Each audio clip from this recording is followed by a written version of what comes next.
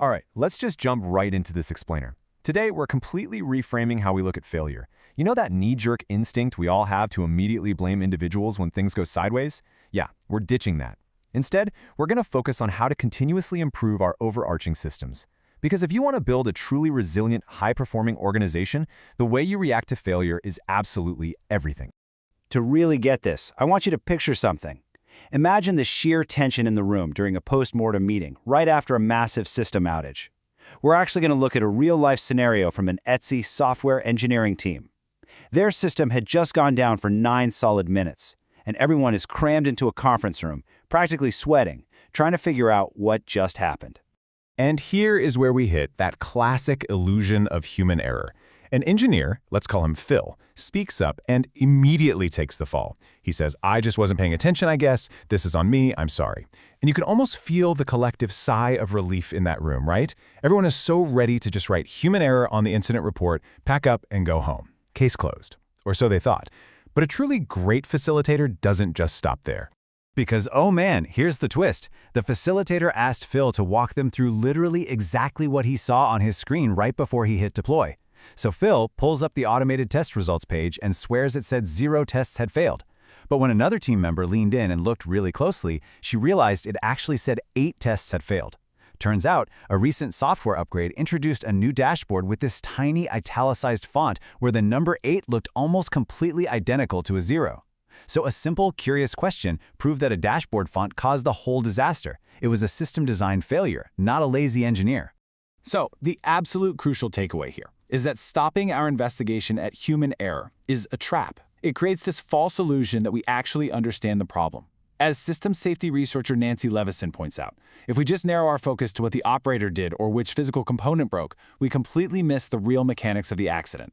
Honestly, the whole concept of finding one single root cause needs to be entirely reconsidered. And that leads us right into Section 1, the Kaizen philosophy. Let's take a quick look at how this idea evolved, going all the way from a wartime necessity to basically the engine of modern software delivery. Back in the 1940s, during World War II, the U.S. rolled out the Training Within Industry program. The focus was entirely on small, same-day improvements because, honestly, they didn't have time for massive overhauls. Then post-war, American statistician W. Edwards Deming took these concepts over to Japan to help rebuild their industry. That knowledge became the bedrock for the legendary Toyota production system, and today, it's heavily embraced by the modern DevOps movement. Which brings us to the core concept, Kaizen. It's a Japanese word that basically just means improvement or change for the better. But in business, it's a whole philosophy. It's about getting massive, significant results through cumulative, often tiny, almost trivial-seeming improvements across every single operation. Kaizen is absolutely not about pointing fingers. It's about engaging literally everyone, from the CEO down to the folks on the front lines, in a daily obsession with continuous improvement and eliminating waste. And a great way to visualize this is W. Edwards Deming's famous PDCA cycle. Plan, do, check, act. It's super simple but incredibly powerful. When you spot a deviation in your system, you don't just slap a Band-Aid on it and look the other way. You stop, you check the problem, and you actively act to improve the system before moving on. It's this constant, never-ending loop of refinement. But what are we actually trying to fix here? Well, the Toyota production system identifies the 3 moos as the primary villains of efficiency, the negative focal points of loss that we have to relentlessly hunt down. First is muda, which means waste. Think overproduction or just unnecessary movement. Second is mura, which is all about deviations or imbalances in our processes. And third is muri, meaning the physical or mental overloading of people and machines. At its heart, Kaizen is really about eliminating overly grueling work and humanizing the workplace. So when one of those villains causes a failure, how do we dig it up? We use the 5 whys technique. Instead of just stopping at the first obvious mistake, like our buddy Phil from Etsy, we drill down. You observe a failure, you ask why, and then your next question is based directly on that previous answer. You do this at least 5 times. It's like peeling an onion. It forces you to uncover the deeper systemic conditions instead of just settling for superficial blame. All right, moving along to Section 2, Systems over Silos. Now, Kaizen principles aren't just for factory floors. They are absolutely urgent for knowledge work and IT. According to this white paper by IT research firm Pink Elephant, IT organizations are currently staring down a widening risk gap. They just can't scale fast enough to keep up with business demands. To fix this, companies have to adopt a Kaizen mindset and essentially turn every single employee into a relentless problem solver right at the keyboard level. But there's a huge roadblock here, and it's the silo mindset. This happens when managers try to optimize their own little vertical departments and specific tools totally in isolation. It's a disaster. What Kaizen and lean thinking really demand is a system mindset. We need to optimize the horizontal value streams, the entire end-to-end flow of products across all technologies and departments until they actually reach the customer. To see why silos are so toxic, just think of the bumper specialist. Imagine a guy working in total isolation, and he produces an absolutely flawless, gorgeous car bumper. But someone down the line tweaked the actual design of the vehicle, and nobody bothered to tell him. So now, his perfect bumper is basically just a very expensive paperweight. It's a textbook example of disjointed silos, where workers lack the big picture context to actually deliver value. So how do we stop the bumper specialist scenario from happening in real life? Let's get into Section 3, Kaizen events versus daily habits. Organizations generally use two main flavors of Kaizen. First, you have the Kaizen event, sometimes called a Kaizen Blitz. This is an intense 2 to 3 day cross-functional workshop meant to just smash through complex, multi-departmental problems. But then, on the flip side, you have daily Kaizen. These are your low-cost or even zero-cost daily tweaks done by individuals or single teams to optimize their immediate workspace, usually within a single day.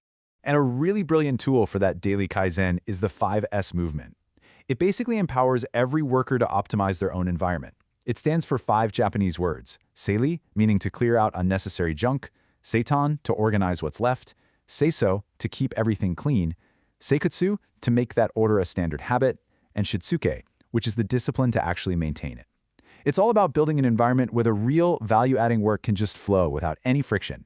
Bringing this all the way back to modern software development, let's jump into Section 4, the blameless postmortem.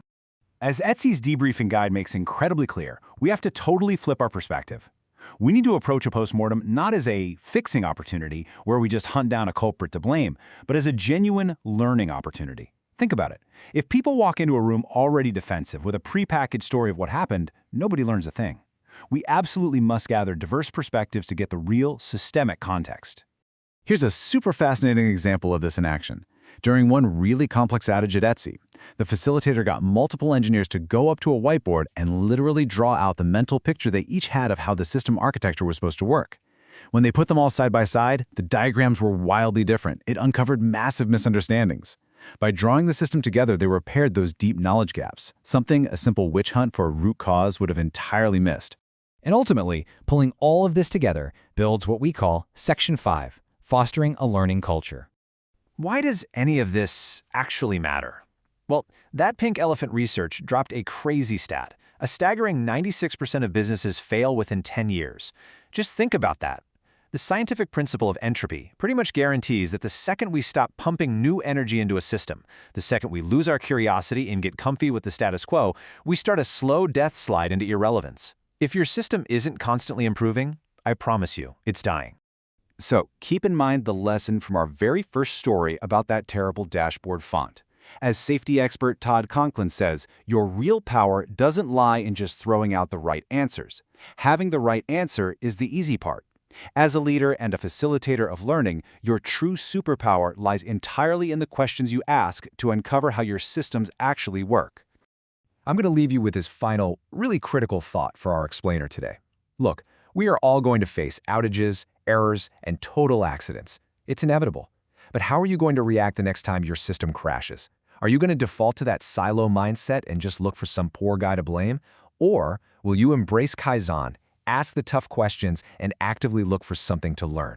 That choice, that's what's going to define the entire future of your organization.